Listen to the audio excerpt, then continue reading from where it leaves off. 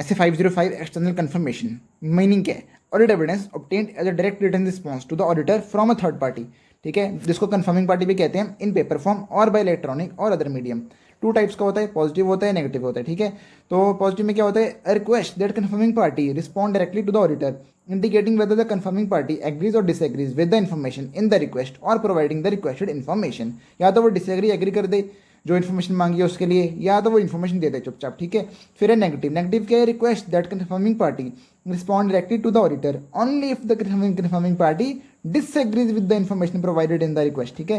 फिर उसके बाद है next topic, areas where external confirmation में बी ऑब्टेन्ड। उसमें एरियाज क्या क्या है हमारे? बैंक बैलेंस, मतलब एक तरह से शॉर्ट फॉर्म तो नहीं है इसकी, ऐसे बोलते हैं बैंक बैलेंस और other confirmation from bankers, account receivable account payable balance confirm करने के लिए, स्टॉक अगर थर्ड पार्टी के पास पड़ा उसके लिए, property title deed third party के पास पड़े हैं उसके लिए, मेरे investment purchase but delivery not taken, ठीक है। फिर लोन फ्रॉम लेंडर्स, उसके बाद फिर एग्रीमेंट और ट्रांजैक्शन विद थर्ड पार्टीज, ठीक है। उसके बाद एक्सटर्नल कंफर्मेशन प्रोसीजर क्या है आपके? इन्फॉर्मेशन टू बी, इसमें 4 पॉइंट है। तो पहला पॉइंट है determine the information to be confirmed और रिक्वेस्टेड। तो क्या आप कंफर्म करना चाहते हो वो तो पहले डिटरमिन कर लो।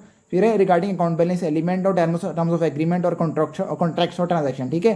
फिर है अप्रोप्रिएट कंफर्मिंग पार्टी, तो डिसाइड कर लो किससे पूछना है, पहले डिसाइड कर लिया क्या पूछना है, फिर किससे पूछना है, ठीक है। Responsive to confirming party, sorry confirmation request provide more relevant and reliable audit evidence when confirmation request are sent to confirming party the auditor believes is knowledgeable about information to be confirm, ठीक है।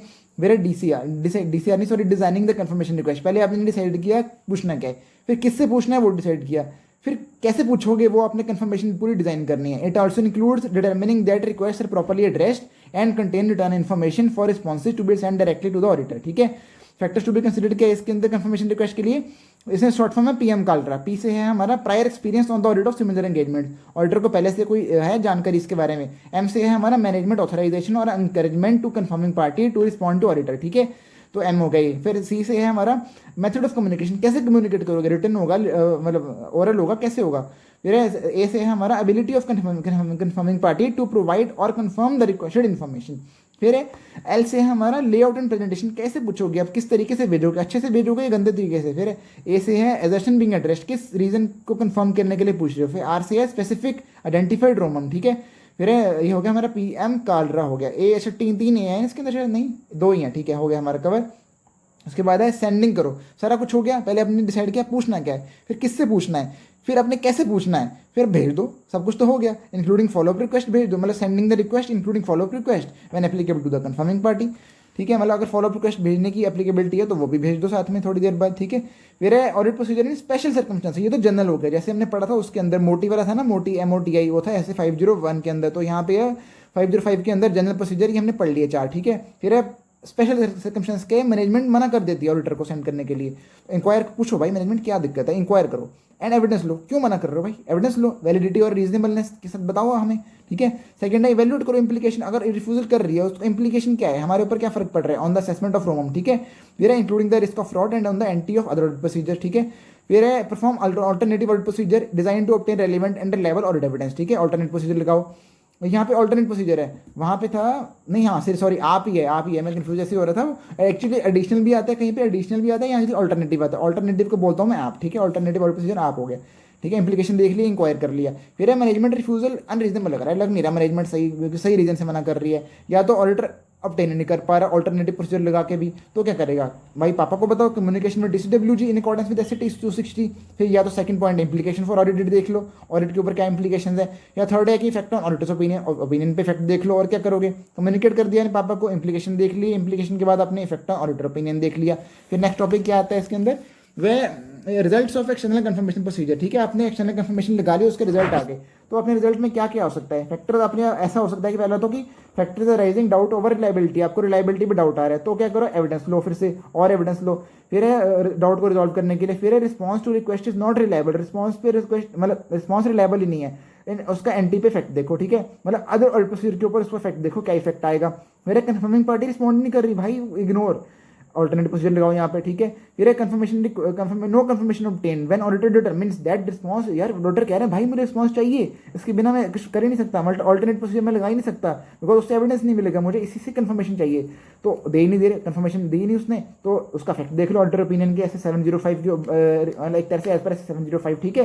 फिर exception, कैसे exception होती है, exception क्या होती है, it is the response that indicates a difference between the information requested to be, मतलब आपने जो मांगा था टू बी कंफर्म्ड और contained in the entity's record, ठीक है, एंड इन्फॉर्मेशन जो आपको मिली है, information provided by confirming party, ये होगी एक्सेप्शन, ठीक है।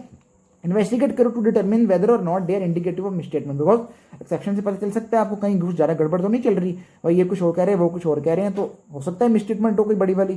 फिर limited use of negative confirmation, आपको एक तरह से नेगेटिव कंफर्मेशन कम यूज करनी है, बट ये कि आप पढ़ते हैं एक बार negative confirmation provide less persuasive audit evidence than positive confirmation, ठीक है। Accordingly the auditor shall use negative confirmation request as the sole substantive audit procedure only when all the following condition present, मतलब कह रहे हैं एक तरह से negative को आपको मतलब एविडेंस पूरा नहीं मिलता, लेस देन परसुएसिव एविडेंस मिलता है देन पॉजिटिव, ठीक है। तो बट आपको नेगेटिव को अलाउ कर दिया जा रहा है एक तरह से sole substantive audit procedure use करने के लिए सिर्फ उन केसेस के अंदर अगर ये 4 कंडीशन मेट होती हैं, ठीक है। पहली कंडीशन क्या है, रोमम कम है एंड एसएई एक तरह से पढ़ते हैं एक बारी, एसएई फॉर ओईसी लिखा है मैंने, ऑपरेटिंग इफेक्टिवनेस ऑफ कंट्रोल, ठीक है, मतलब एक तरह से लो रोमम है एंड ऑडिटर को एसएई मिल चुका है ऑपरेटिंग इफेक्टिवनेस ऑफ कंट्रोल के बारे में, ठीक है। ऑपरेटिंग इफेक्टिवनेस ऑफ कंट्रोल से टाइप 2 रिपोर्ट याद आती है, ऐसे 402 की, यस आती है याद। फिर सेकंड पॉपुलेशन एक तरह से large number of small homogeneous items को मतलब अकाउंट बैलेंस ट्रांजैक्शंस को कंप्राइज करती है। थर्ड है वेरी लो एक्सेप्शन रेट, मतलब जो आप मांग रहे हो वो वैसा ही कुछ मिलेगा तब आप यूज कर सकते हो, मतलब very low exception rate is expected, ठीक है। फिर है auditor is not aware of any circumstances of disregarding the request, ठीक है। ऑडिटर को ऐसा कुछ नहीं पता कि अगर वो कंफर्मेशन भेजेगा और वो रेसिपेंट उसको डिसरिगार्ड कर देगा नेगेटिव को, ऑडिटर को अगर ये पता है तो वो नेगेटिव कंफर्मेशन रिक्वेस्ट यूज नहीं कर सकता। 4 कंडीशन क्या हुई, रोमम हुआ कम और ऐसे ही ऑब्टेन कर लिया। दूसरा पॉइंट क्या था हमारा, large number of small homogeneous item transaction, account balance transaction, ठीक है। फिर है very low exception rate expected, और ऑडिटर को कुछ नहीं ऐसा पता कि जिससे मतलब डिसरिगार्ड के बारे में, उसको सर्कमस्टेंस के बारे में कुछ नहीं पता। फिर इवैल्यूएटिंग द एविडेंस, जो एविडेंस मिला उसको इवैल्यूएट करो, कैसे इवैल्यूएट करेगा, whether the results of external confirmation procedure provide relevant and reliable audit evidence or whether the performing further audit procedure is necessary, ठीक है। तो ये हो गया हमारा essay 505B as per Pankaj Garg's book is finished।